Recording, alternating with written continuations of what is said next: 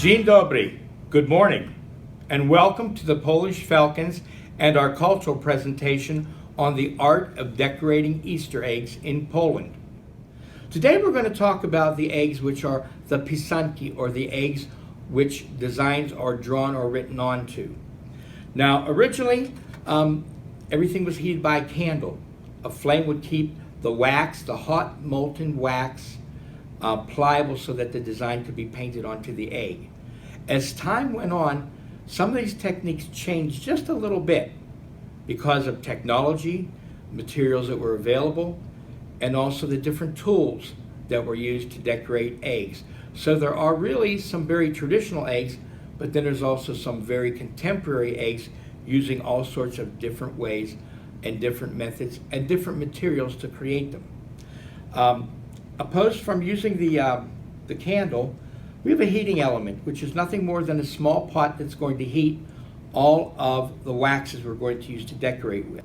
The beeswax gives us the medium to paint the egg, and the crayon gives us actually the color to make that beeswax have a certain color with it, so we can paint in a variety of colors on the egg. As far as tools, very simple tools. Nothing more than straight pins put into the pencil at the eraser's end, and those are used to make the designs. Each pinhead, whether it's small, medium, or large, will give us a different type of pattern on the egg and a different type of stroke. We're going to start out here with a medium size, and we're going to stir up some of the wax which has been melted, and we're melting them in small little votive cups.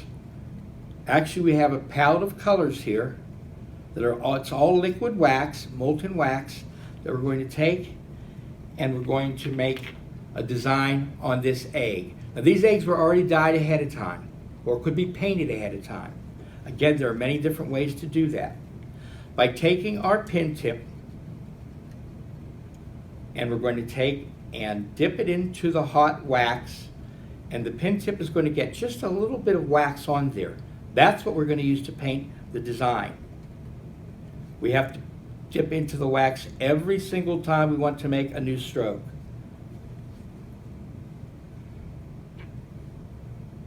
Because it's wax and it's melted, when you do those designs, they instantly dry. It'd be very difficult to do this using paint because you'd have to wait for each of those paint strokes to dry. Once again, we dip into the hot wax, and we put some additional designs on the second side of the egg. There's many reasons why these designs are on the eggs, and folklorically, or folk tales, were developed to tell you exactly where these eggs came from. There's one folk tale that talks about the Blessed Mother who was in the marketplace, and she had a large basket of eggs she had just purchased. And by purchasing those eggs, she was on her way home.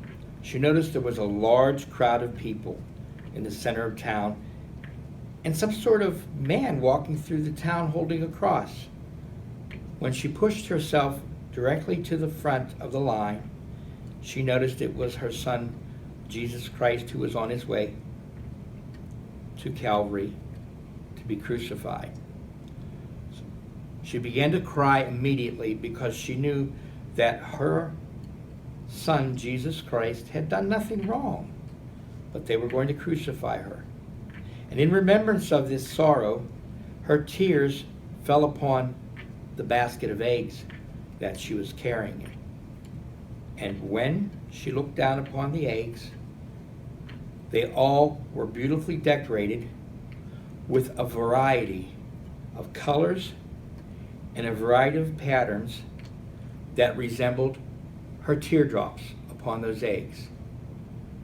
Once again, it's dry, it's ready to use in your Easter basket, on your table, to hang on an egg tree perhaps.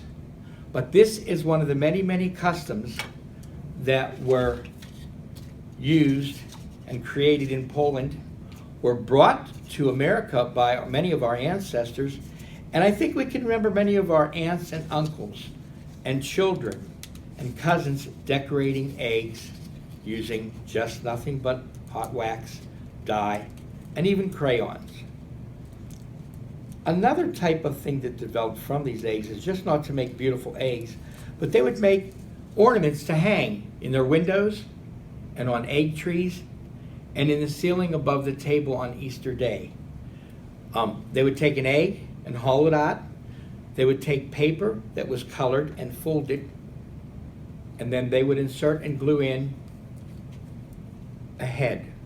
And the drafts of spring, as the spring winds blew, they would begin to fly, and it would remind them of the welcoming and coming of spring. So from Polish Falcons and the making of Pisanki, traditional Polish Easter eggs, we hope that you might try some of these eggs at home. We hope that you celebrate Easter with the flair and the tradition and the customs of blessing of the baskets, the blessing of these eggs, the creating of these eggs, and from Polish Falcons we say Wesołego Alleluja.